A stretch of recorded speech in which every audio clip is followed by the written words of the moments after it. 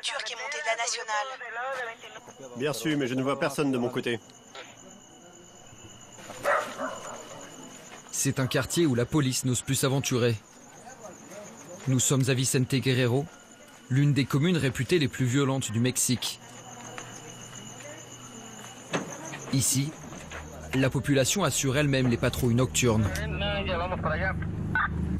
On est sur zone dans 5 minutes. C'est quoi cette voiture? C'est bon, ce sont des voisins. Parmi les 300 habitants réquisitionnés cette nuit-là, le nouveau héros de Vicente Guerrero. Camerino Lopez a décidé de réhabiliter son bidonville. Le gouvernement et les policiers sont de mèche avec les mafieux. On a compris que notre sécurité ne dépendait que de nous, donc on a pris notre destin en main. Mais pour sauver son quartier, Camerino Lopez a trouvé bien plus original qu'une simple machette. Le jour, le milicien troque son arme contre une baguette de chef d'orchestre.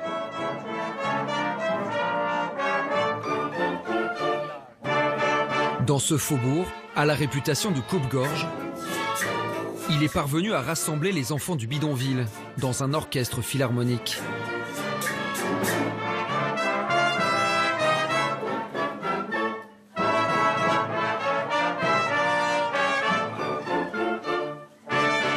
Vous voyez, c'est comme ça. 3 fois. Comme ça.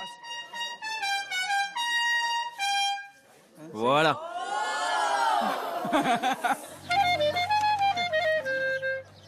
Ce clarinettiste professionnel a abandonné sa carrière de concertiste pour créer, sur les terrains vagues de Vicente, un mini-conservatoire. Ici, les enfants apprennent à lire la musique. Le professeur donne des cours de rythmique, de lecture de notes, d'intonation et de théorie musicale. Normalement, ils devraient être dans une salle, mais il y a tellement de cours en même temps qu'ils sont obligés d'aller dehors. Des enfants, autrefois dans la rue, font désormais 3 heures de solfège par jour.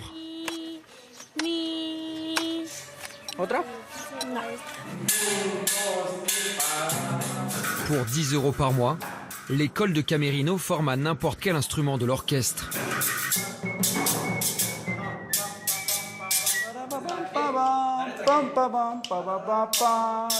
Une centaine d'apprentis musiciens, encadrés par 5 professeurs diplômés.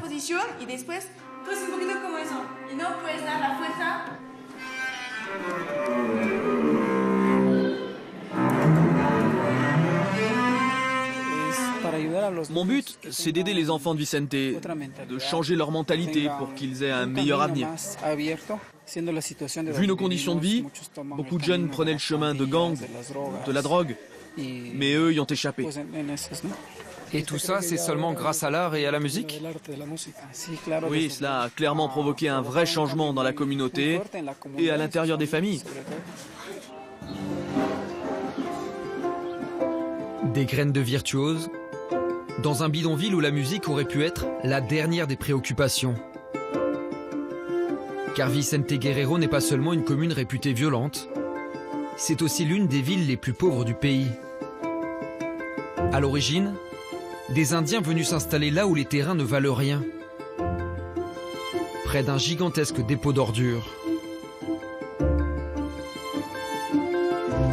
Une ville qui manque de tout, sans eau courante, sans hôpital, sans lycée, où jamais un orchestre symphonique n'aurait pu voir le jour, sans le hasard d'une rencontre. En 2011, une Française s'est retrouvée dans cette banlieue de Oaxaca, où les touristes ne vont jamais. Isabelle Debove, pilote de ligne, s'y était rendue entre 2 escales. Une expédition qui va lui donner une drôle d'idée. Moi, je rendais visite à ma tante Nicole, qui est religieuse et qui vivait dans ce quartier. C'est un quartier très marginal au pied de la décharge de Oaxaca. Et elle, par son engagement religieux, elle a toujours vécu dans des endroits où il y a beaucoup de pauvreté. Et juste avant que je m'en aille, elle me dit « Ah mais ça va t'intéresser, il y a un groupe d'enfants qui veulent monter une fanfare. » Et je me suis dit « Mais c'est dingue, comment ils vont faire pour acheter des instruments? Le niveau de vie des familles est tellement bas. Pour acheter une hanche de clarinette, ça coûte 80 pesos et ça correspond au salaire d'une journée de travail de leurs parents. Donc ça me paraissait impossible de pouvoir acheter des instruments, ça allait prendre des années. » Isabelle de Bove décide alors de monter un pont aérien entre Paris et Vicente Guerrero. Elle en est aujourd'hui à son 15e aller-retour. Les valises remplies d'une denrée humanitaire atypique. Attention, c'est lourd. Des instruments de musique. Un trombone. Une quarantaine ce jour-là. Ça? Je crois que c'est une trompette ou un saxophone. Je ne sais pas trop.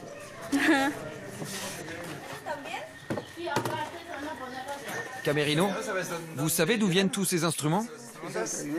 Je sais qu'ils viennent d'Isabelle. Je sais pas d'où exactement, mais l'important c'est qu'ils soient là.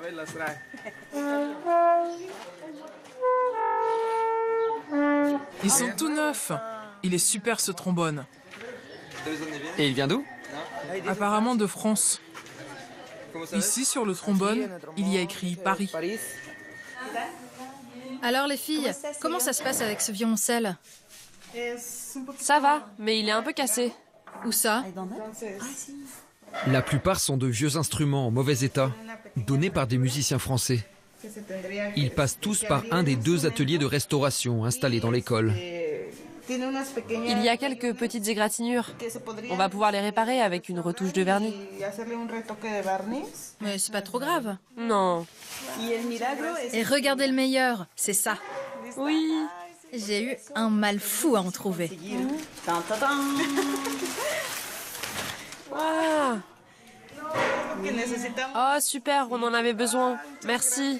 Ça, j'ai eu du mal à l'obtenir, ça vaut super cher. Ouais. Qu'est-ce que c'est? C'est du crin pour remêcher les archets. Donc ça, c'est super. Ils viennent d'où les archers? Alors ceux-là, précisément, c'est quelqu'un du conservatoire régional de Paris qui les a récupérés parce qu'ils étaient jetés par un voisin qui a une boutique de chez eux. Ah bon? Et qui les a récupérés, je crois, sur le trottoir. En 2012, la pilote démarre son petit trafic toute seule, de manière officieuse, dans les soutes et dans les cockpits. Puis elle s'entoure de complices, ses collègues pilotes, hôtesses et stewards.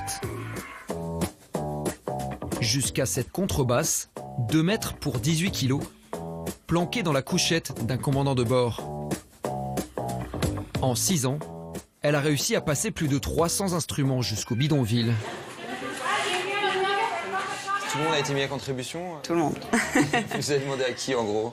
Bah, tout le monde, quand je voyais quelqu'un, il me disait « Je vais à Mexico ». « Ah, tu vas à Mexico ?» J'ai quelque chose pour toi. Le plus spectaculaire au niveau du transport, c'était la batterie. On a transporté une batterie en bagage à main, démontée. On a transporté 2 claviers, 2 pianos électriques et 2 contrebasses. Ça, c'était vraiment les plus spectaculaires. On a transporté 28 violoncelles. Et après, tous les autres instruments, les violons, les trompettes, les flûtes, c'est le plus facile. Le piccolo, c'est encore plus facile. Les instruments, abandonnés à Paris, trouvent à Vicente une seconde vie et révolutionnent celle du bidonville. Le tout premier à en avoir profité, c'est Octavio, 12 ans à l'époque. 3e d'une famille de 7 enfants, il avait toujours eu des rêves de musique qu'il avait mis en pratique depuis tout petit, avec les moyens du bord. Avant, je mettais 2 chaises l'une contre l'autre. Je n'avais pas de baguette. Je commençais à taper, à faire sonner ma chaise.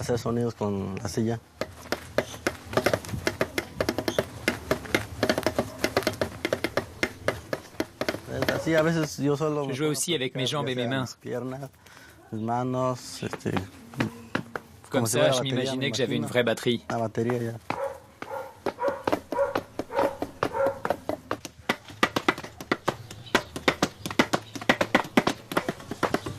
Avant même l'arrivée d'Isabelle, il était allé voir le seul musicien du bidonville. Avec Camerino et quelques copains, il décide de monter une école de musique, au départ sans instrument, un orchestre sans orchestre. Au départ, on avait juste ce petit clavier. Je l'avais acheté dans une boutique, c'était le moins cher de tous. Voilà nos modestes débuts. Ça sonnait pas très bien, mais j'ai quand même pu commencer à enseigner la musique aux enfants avec ça. Regardez là, c'est Octavio. Il était tout maigre. C'est sûr qu'une fois qu'on a commencé à bien connaître le solfège, on avait tous très envie d'avoir des instruments. Mais on s'est vite rendu compte que c'était beaucoup trop cher. Finalement, grâce à une batterie parisienne atterrie à Vicente, Octavio a étudié 3 ans à la Banda de Musica. Le voici à ses tout débuts.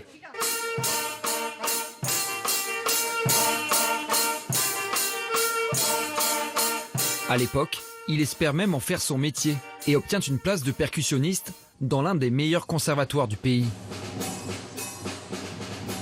Mais pour aider ses parents et nourrir ses petites sœurs, il a dû tout arrêter.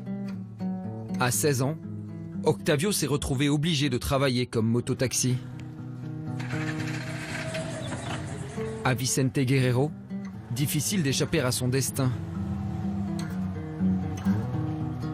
Octavio a abandonné la musique, mais il a ouvert la voie.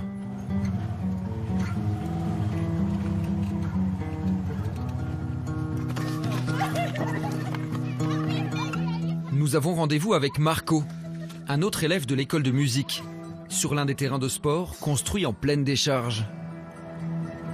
Le week-end, c'est ici que les enfants du bidonville se retrouvent au milieu des ordures. Dans une odeur insupportable, entourés de jeunes qui sniffent de la colle. Dans ce sinistre décor, Marco garde le sourire, car il est convaincu que la musique l'a sauvé.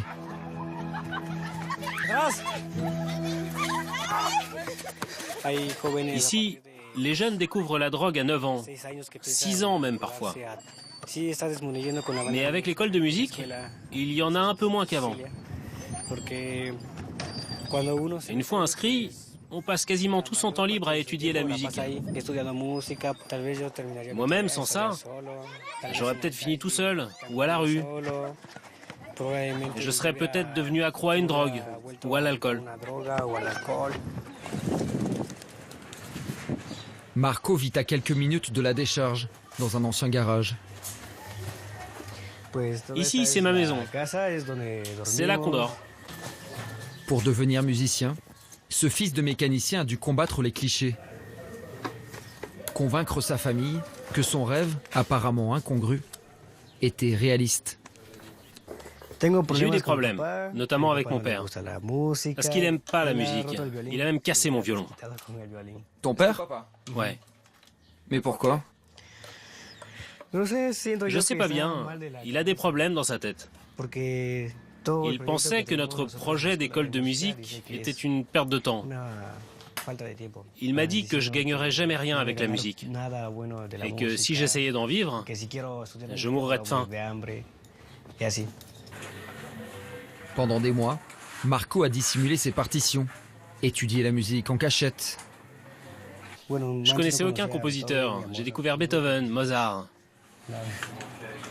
Puis il est parti vivre avec sa mère et a débuté un nouvel instrument dont il n'avait jamais entendu parler, le violoncelle. Je suis de la première génération à en avoir joué dans le quartier. Avec mes amis, on ne connaissait pas les instruments à cordes, ni les violons, ni les altos, ni les violoncelles. Tu es donc le premier violoncelliste de l'histoire de Vicente? Oui. Et tu en es fier? D'être le premier violoncelliste du bidonville? Super fier.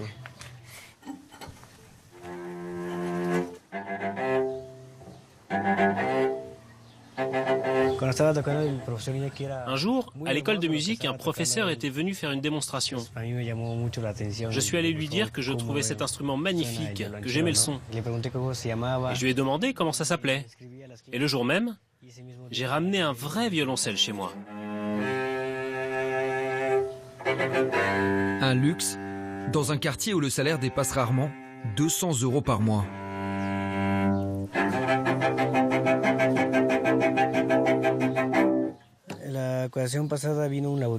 L'autre fois, un luthier m'a même raconté que ce genre de violoncelle valait plus de 4000 €. Alors, nous faire confiance et nous autoriser à rapporter à la maison des objets aussi précieux, c'est une chance inouïe.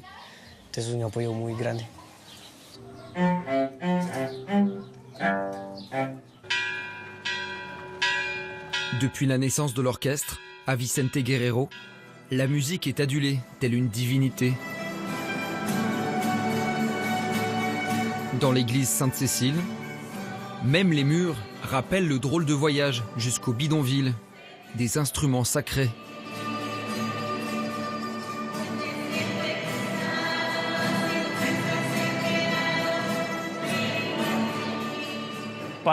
Dieu notre Père, pour ta miséricorde, répands ta bénédiction sur ces instruments et ce qu'ils nous apportent.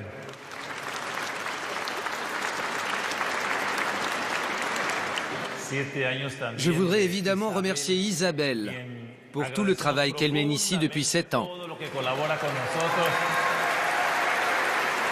L'hommage de tout un bidonville. D'autant que Vicente Guerrero s'apprête à vivre, avec sa bienfaitrice, l'un des plus grands moments de son histoire.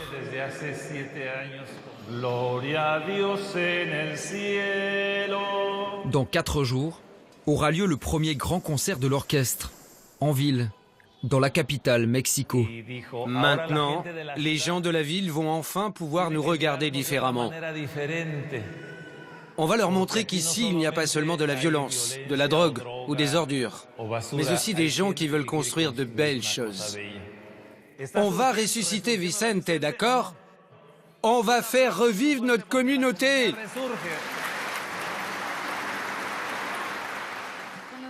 Bonjour, moi, c'est Florida.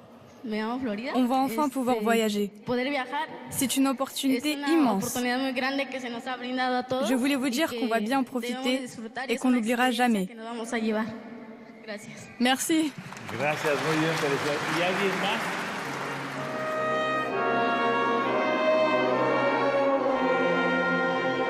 À 17 ans, Florida va découvrir la capitale de son pays, comme 50 autres enfants de l'orchestre.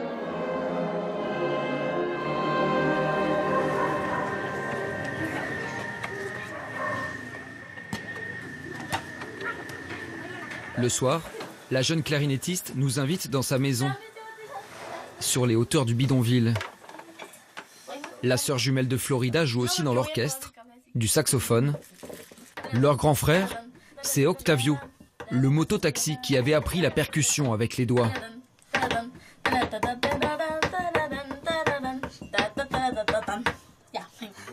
Bravo!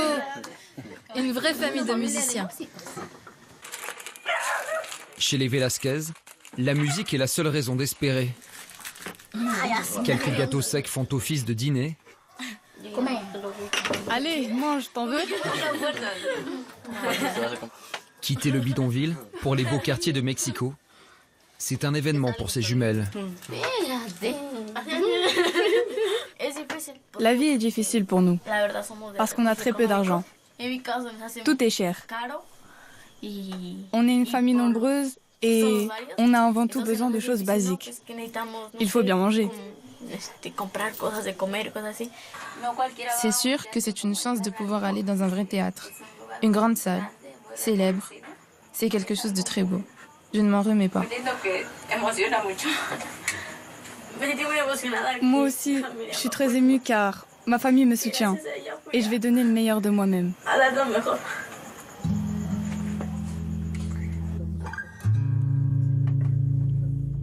Invitée par l'école, leur mère ne pourra pas délaisser son travail de femme de ménage pour assister au concert de Mexico. Je n'ai jamais eu l'opportunité d'y aller, mais j'ai dit à mes filles qu'il fallait qu'elles saisissent leur chance, qu'elles en profitent, et peut-être qu'un jour, moi aussi, elles m'emmèneront à la capitale.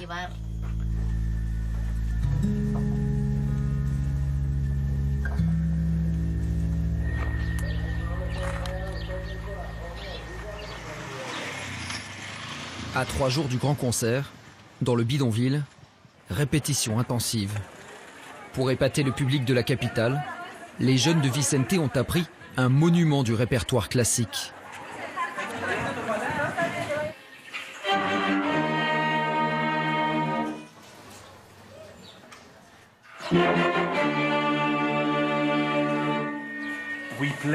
On joue ensemble, comme une équipe. Zakaria Tarpagos, flûtiste à l'Opéra national d'Athènes, est venu leur enseigner la 5e symphonie de Beethoven.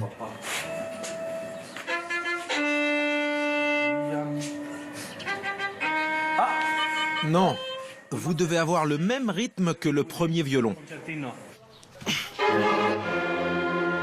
Depuis peu, la Banda de Musica attire des mécènes et des concertistes professionnels venus du monde entier.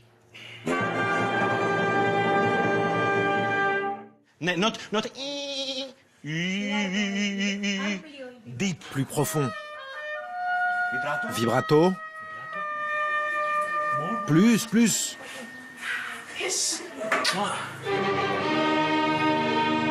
Il leur a fallu 6 mois pour apprendre cette pièce, habituellement enseignée dans les conservatoires des grandes villes.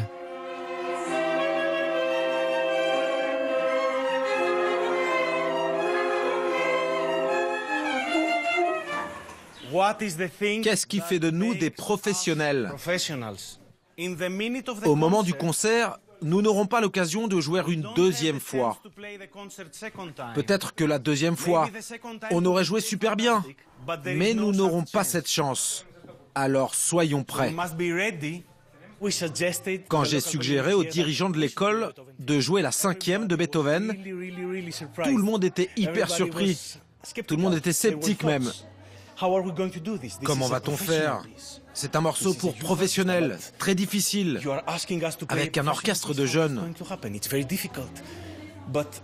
Mais finalement, ces enfants sont la preuve vivante qu'avec un peu de moyens, d'éducation et beaucoup de travail, tout est possible.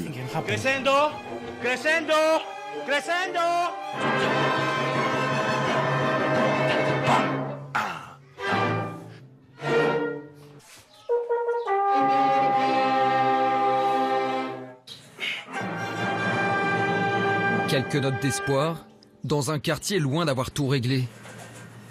Car la plupart des enfants de Vicente ne feront pas partie du voyage jusqu'à Mexico. À 500 mètres de l'école, nous nous rendons au bout de la seule route bitumée de la commune. Elle mène au symbole du bidonville. Le dépotoir géant, la plus grosse décharge de la région, où sont déversées chaque jour 10 000 tonnes de déchets. C'est le chef de la Guardia du quartier, Jesus, qui nous a permis d'y entrer. Salut les gars! Vous êtes chargés? Mais c'est qui? Vous faites quoi là? On fait un reportage, mon ami. Jesus veut nous montrer l'autre réalité de la jeunesse de Vicente.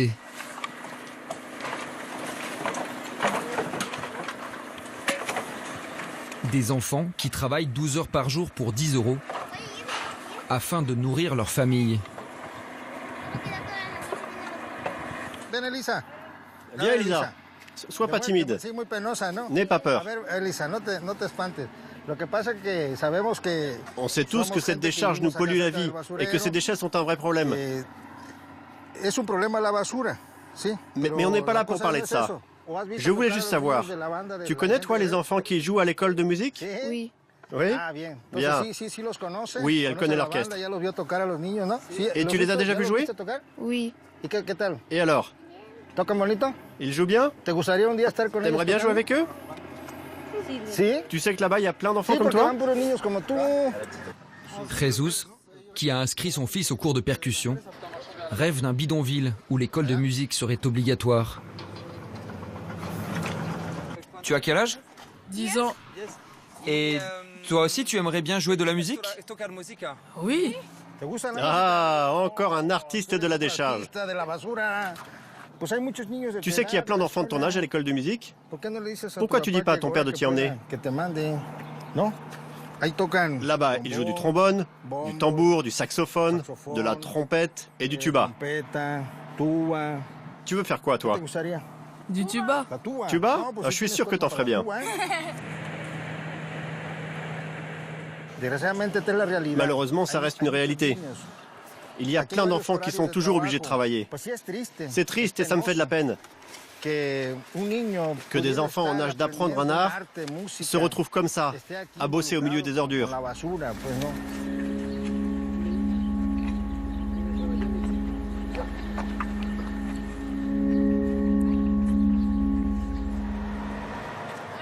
Marco, Irvine, Héloïse.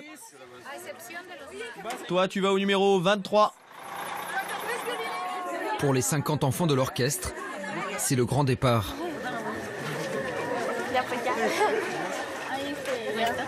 Tu prends soin de notre petite sœur, d'accord? Isabelle est aussi du voyage. Quand ils vont pas beaucoup dormir, ils vont être énervés. En France, c'est elle qui a récolté les 5000 € de dons pour financer le déplacement. 8 heures de bus depuis les montagnes de Oaxaca jusqu'à la capitale, Mexico, et ses 25 millions d'habitants. Une mégalopole qui concentre près de la moitié des richesses du pays.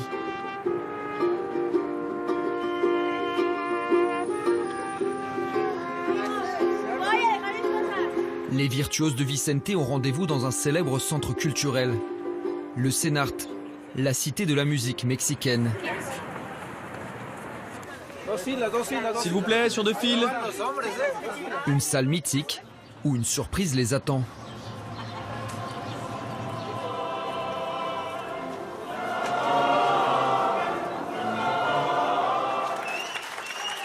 « 80 choristes du chœur Air France. Une prestigieuse formation montée par des collègues d'Isabelle. Tu sais qu'on va jouer ensemble. Comme cette hôtesse de l'air à la retraite. Nous, on est super prêts. Tous ont payé leur aller-retour pour chanter avec les enfants de Vicente Guerrero. Toi, tu as démarré la musique en même temps que ta sœur? J'ai commencé il y a 3 ans. Et là, je voudrais faire un bac musique à Santa Maria. Génial! Et toi aussi, tu voudrais en faire ton métier? Oui, j'aimerais bien. Ça te paraît difficile? C'est comme pour tout. Tu sais, si tu travailles, si tu te bats, tu pourras toujours te faire une place dans un orchestre. Pareil pour toi.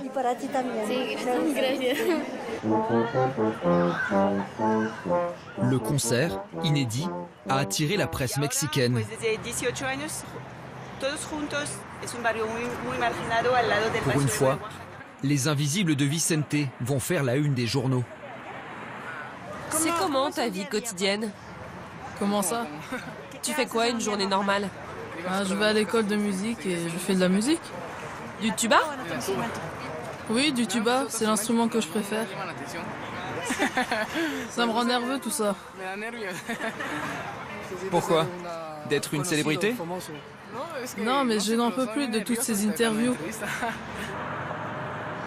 En fin de journée, l'auditorium va se remplir en quelques minutes. 3 personnes? Veuillez entrer, ce sera sur votre gauche.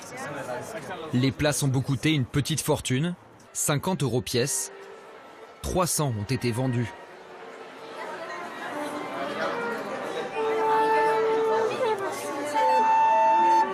Je vais m'échauffer un peu. On est en pleine montée d'adrénaline. Ce n'est pas vraiment le moment de se rater. Après tout le travail abattu depuis des mois. Si quand vous rentrez, les gens applaudissent, vous faites une petite révérence. Un petit geste de la main, comme ça.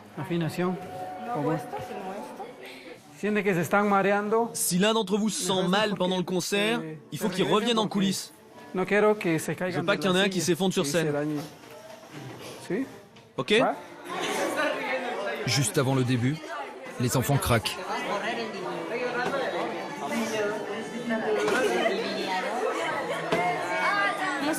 On a tellement avancé. Notre orchestre, c'est fantastique. Vous inquiétez pas, ce sont seulement des larmes de joie. Pour nous, les enfants de la décharge, arrivés au sommet, dans un amphithéâtre de Mexico, on a encore du mal à y croire. Allez, vous en faites pas. Ça va bien se passer.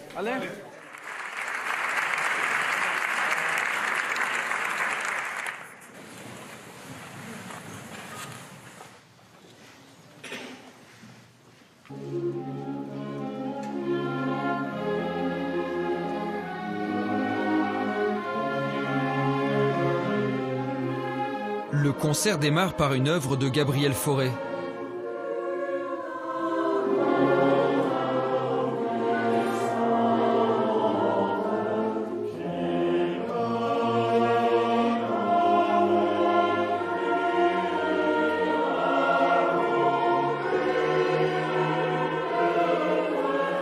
Sous l'œil de leur marraine, les enfants de Vicente vont aussi exécuter sans fausse note la fameuse symphonie de Beethoven.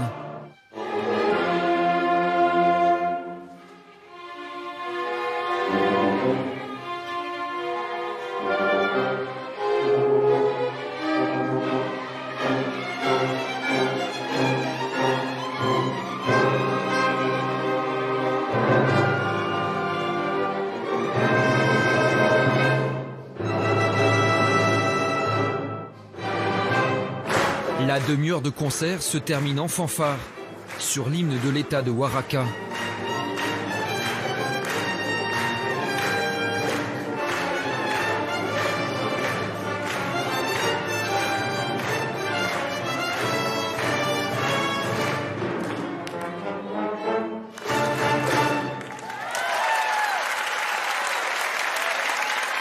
Un petit moment de gloire pour les enfants du bidonville et leurs précieux instruments.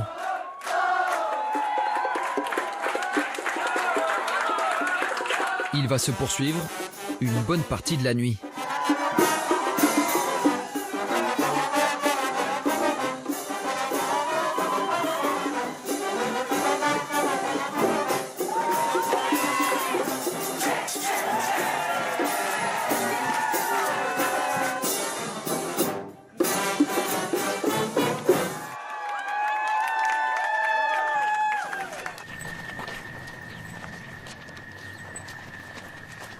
Loin du Mexico festif, retour sur la décharge de Vicente Guerrero.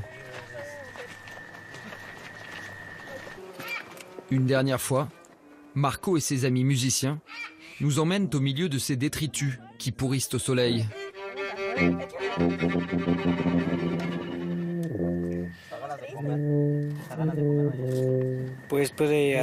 Personnellement, la musique m'a permis de résoudre mes problèmes de comportement, mes problèmes familiaux. Dans le quartier, elle nous a aussi apporté la paix et la tranquillité. Mais il y a des problèmes économiques que la musique ne résoudra jamais. On a l'impression qu'on n'en a toujours rien à faire de nous. L'État ne fait rien pour Vicente, pas même des trottoirs ou des routes par exemple. Et tout ça, ce n'est pas la musique qui va nous aider à les construire. Vous imaginez comment votre vie dans 10 ans? J'espère que j'aurai étudié puis commencé à travailler. Pourquoi pas dans un orchestre? En tout cas, quoi que je fasse, je m'arrêterai jamais d'apprendre la musique. Tu resteras à Vicente? Je sais pas trop. Il est possible que je passe toute ma vie ici, mais c'est pas certain. Peut-être qu'avec tout ça, je pourrais découvrir une autre région. Pourquoi pas même partir à l'étranger?